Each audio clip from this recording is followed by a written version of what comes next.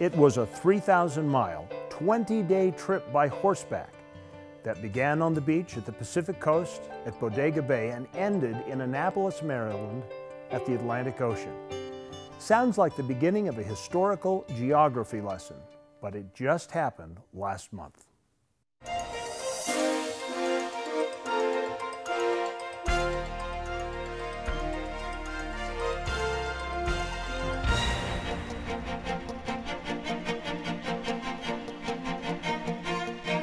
Welcome to the County Seat. I'm your host, Chad Booth.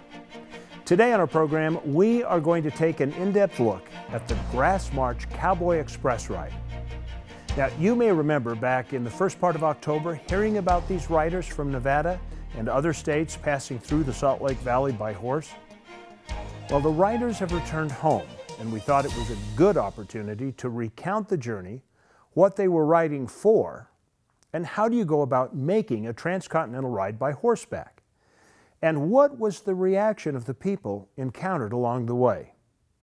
Many parts of the West have experienced drought conditions which are being blamed for a decrease in available resources for ranchers on public lands. BLM offices where drought is occurring are working with ranchers to implement temporary changes in grazing practices to protect the resources. In Nevada, there has been a voluntary reduction of more than 400,000 AUMs by ranchers, AUM being an animal unit month. 6 families graze cattle on a 332,000-acre area where they own all of the water and 56% of the land, called the Argenta Allotment, on the BLM's Battle Mountain District.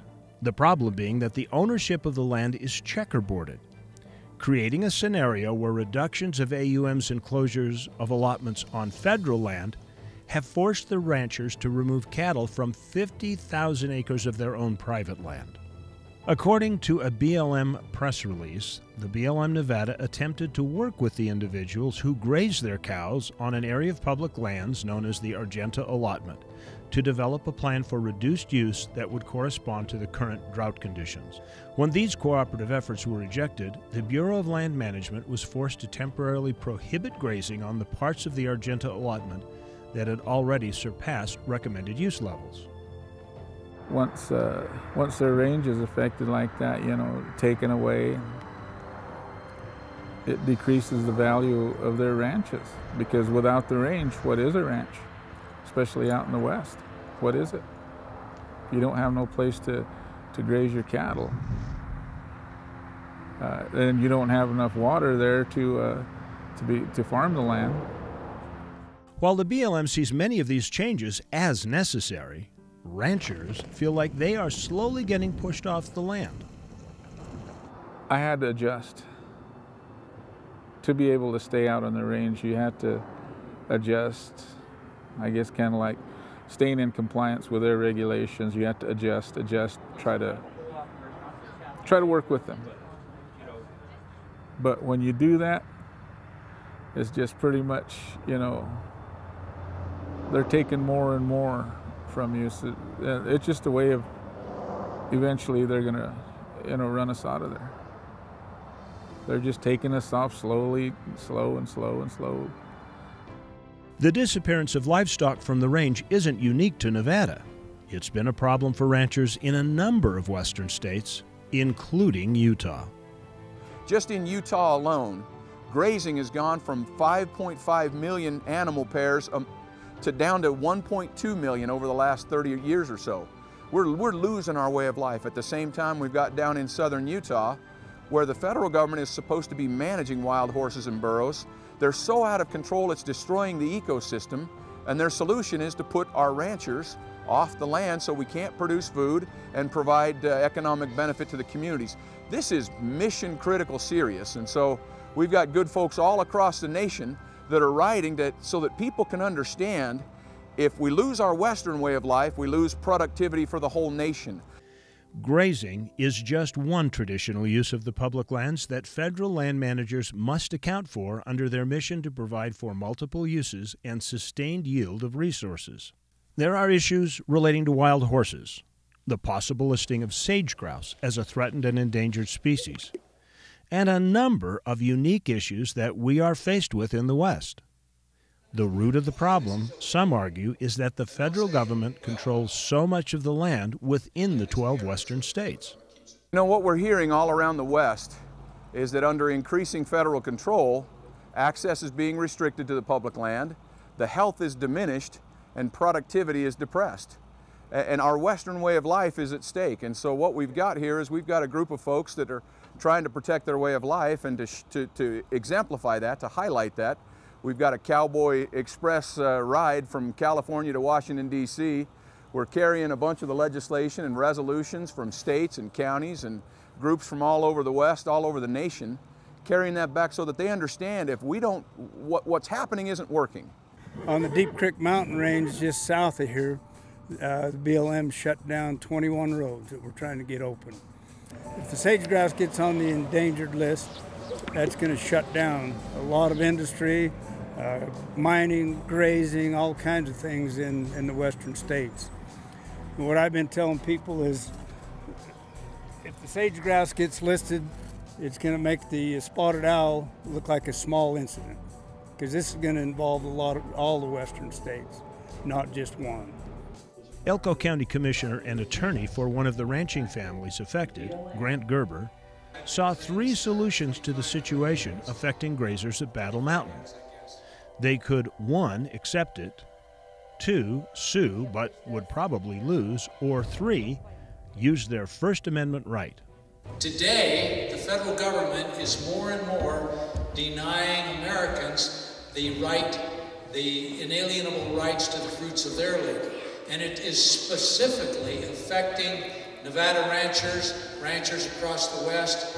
And we decided that we would ride to Washington and call it the Grass March to demonstrate the taking of the inalienable rights of Nevada ranchers. Our very nation was founded on the principles of liberty, property, and self-governance. And what we're finding is the more we get away from that, we get a federal government that's $18 trillion in debt. It's got to borrow $8 trillion a year just to roll over the debt and take on new debt every year. And now it's into military engagements all over the world. Understandably, it's too exhausted to be able to deal with the aspects of managing the diverse climate, geography, geology, industry in the western states. It's so diverse. We need to celebrate that diversity throughout the West and allow those who know the land best, who love it the most, whose very lives and livelihoods depend upon that land, to manage it, because they're going to be more responsive and more responsible, because they're directly accountable to the people right there on that land where they live. I know you're sitting there, you're probably thinking to yourself, now hold on, there's no way something like this is really happening. There must be something else going on here. But just consider this. 87% of the state of Nevada is federally owned. The agencies that manage the land are not made up of elected officials and have no accountability to the people in that state. And there's no accountability of those offices to any of the locally elected officials. The point that these ranchers are trying to get across is that they are being held to regulation without representation. Sounds kind of constitutional, doesn't it? Well, this is something to think about during the break, and when we come back, we will talk about the ride that took these ranchers all the way to Washington, D.C. You're watching The County Seat. It just seemed like complete boredom interrupted with sheer terror all the way across America. Welcome back to The County Seat. If you're just joining us, we are taking an in-depth look at the Grass March Cowboy Express. This was a 3,000-mile ride by horseback to Washington, D.C., protesting what some ranchers in the West view as a restrictive regulation being placed on grazing of public lands. So, how do you make a ride by horseback across the United States? When we decided to do this ride, a couple of months ago, Bruce called me when he first heard about it and said, look, I'm so committed to this, I'll provide 10 cowboys and 20 horses, and we'll take it all the way. I've had a lot of experience in the past with wagon train reenactments and stuff, and I have a lot of horses and a lot of family members that know how to do this sort of thing, and we knew that we could be of assistance if they'd let us help them out a little bit. Riders from Utah met up at the Utah-Nevada border on October 1st, and the group handed off the mail patch to Amy Pollock from Tooele to continue across the salt flats. We got to join the trip in Wendover and had a bunch of friends from Tooele County that helped us ride on that, which was really helpful to save our horses for the longer trip past Wyoming.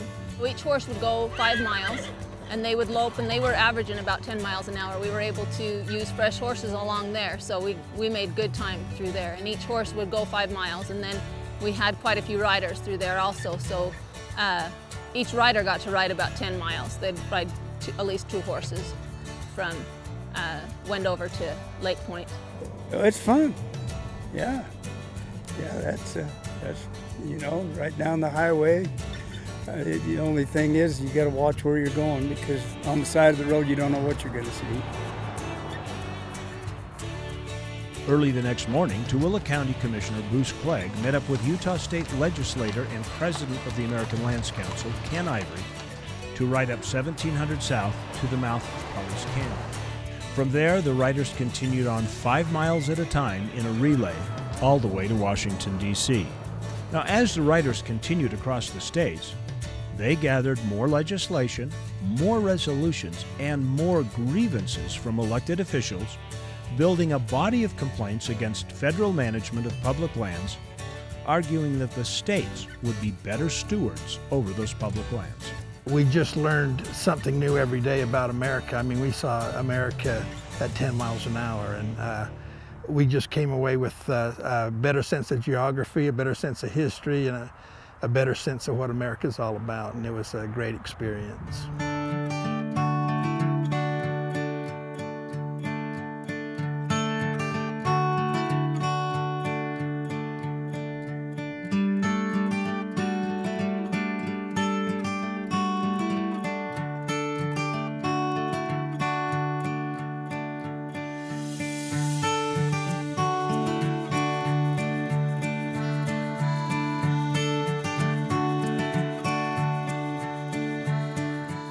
In Wyoming, we met people there from the independent Wyoming cattle growers, and they brought a bunch of horses in and helped us out through Wyoming, and we got through Wyoming pretty good, and all the western states let us ride their freeways, which is the straightest, smoothest place to go. We found out that traveling on the freeways was legal in Kansas if you didn't get caught. We just kept on going on side roads from there. Anyway, it just seemed like complete boredom interrupted with sheer terror all the way across America.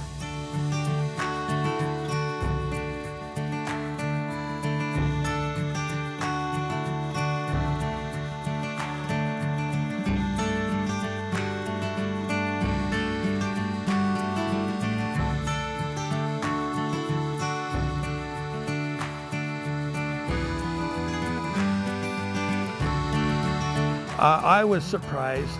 We had construction workers that was erectors on the top of steel buildings yelling down with their hard hats and yelling down and waving to us.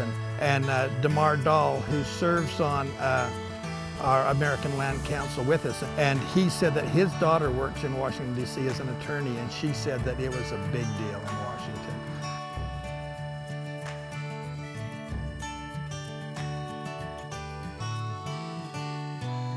I do believe that we opened some eyes. We got to cross over Francis Scott Key Bridge and take a 5-mile ride from there to the Capitol, and walking down on horseback as the police are stopping traffic for you and rerouting traffic for you, and people are hooping and hollering at you the whole time, excited. I know, I'm sure there were some that weren't excited for us being there, you know, because we're slowing down their commute to work, but most of them were way excited, and it was just an awesome feeling as you walk down Constitution Avenue towards the Capitol. It was overwhelming to think of all of the things that had happened in that area to make our country great. And this is just one more of those great things to make our country even better. To have the opportunity to voice our opinion the right way. This is probably the first time since our tribe has run on the range that they had the opportunity to, to do something like this and hopefully be heard.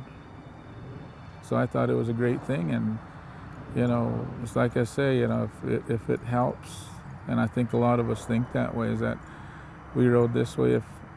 If it can help somebody, that's great. I hope it does. Welcome back to the county seat. Well, we've spent the better part of a half hour talking about the grassroots march to Washington, D.C. to protest regulations being placed on ranchers who utilize public lands to make their living, many of them for multiple generations. So, as we leave this, what do we take away from it? Well, I've talked to a number of ranchers across the West, and there is a consensus that many of the regulations being imposed on ranching lack common sense. It appears that policies and decisions are driven by litigation from environmental groups, rather than science and on-the-ground observation. And that all that these ranchers are looking for, really, is a fair conversation about what is really happening out on the range and how to protect it and make a living off of it. That is what the ride was all about. Cattle ranchers like the Nevada cattle ranchers that are doing this, they've been running cows out there for 5 generations. Why would they feed it off so the next generation couldn't use it? I get really sick and tired of so many government officials coming out looking at your wetlands or your creek bottoms and say, this needs to be done, that needs to be done, this is, this is in poor conditions. They saw it once. I've been looking at it for 60 years. We only have one creek running down one allotment, but they want us off of it. I asked them, how do we do this? Well, you need to be up there every day, kicking the cattle off the creek. And so I said, kind of common sense. Why don't we put in some dirt ponds there? Oh, we can't. Why not? Because we'd have to get an EA, we'd have to do this, that. It takes a long time. I says, well, we got some time. And that's another issue where people back east are saying what you can do with your land in Nevada and Utah. Well, they're comparing it to the grass that they get back there because they get so much rain and so much moisture. Then also the water rights situation came in. Well, why can't we put some along there? Well, we can't do it because of water rights situations. And I told them,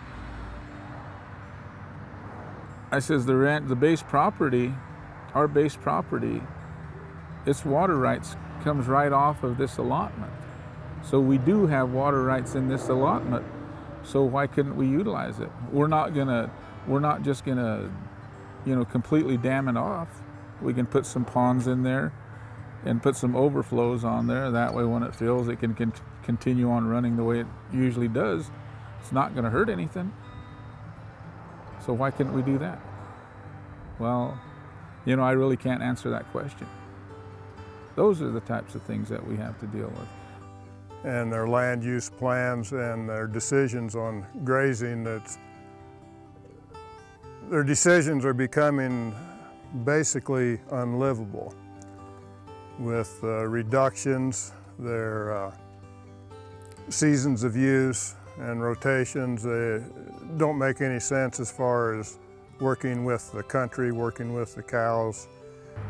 If more people would understand what really is going on here, they wouldn't call the ranchers welfare ranchers and stuff like that. When I had conversations back in Washington, D.C., and I just wonder, how can you guys not know why people in the West are so distrustful of the federal government? Because we feel like they rule over us like some king, rather than they're here to serve us or to try to help us. And so what we're seeing is these policies are failing. They have failed. So the federal policies of land management, and it's understandable, the federal government was never supposed to be the one-size-fits-all for everything, even down to the most local level. And so these centralized policies are failing access, they're failing the health of our lands, they're failing the productivity of our lands, and we've got good folks here that their very way of life is at stake. Thank you for tuning in today. This is an important conversation, and I hope you share your comments with us on our Facebook page and become part of the conversation. I also hope that you share this with your friends. See, the issues that we see here are complex, and we understand that there are other points of view out there. And I hope that we have started some conversations this very minute, this very day. I urge you to join in. Go to your county commission meetings. Ask questions of your elected officials. Become part of the conversation. Become part of the solution. Now, before we end today, I'd like to say that anytime you start a project, you know there are inherent risks. And the Grass March was no exception. Grant Gerber was thrown from a horse after it stepped in a prairie dog hole on the 7th of October. A medical exam found that he suffered a severe concussion, but from what they could observe, there was no hemorrhaging. So Grant, like a true cowboy, made the rest of the trip to D.C. and finished the coast-to-coast ride in Annapolis, Maryland. Several days later, however, on the trip home, he started to suffer hemorrhaging from the previous fall and was rushed to the hospital at the University of Utah Medical Center, where unfortunately he later died, October 25th, 2014. Grant Gerber was a cowboy.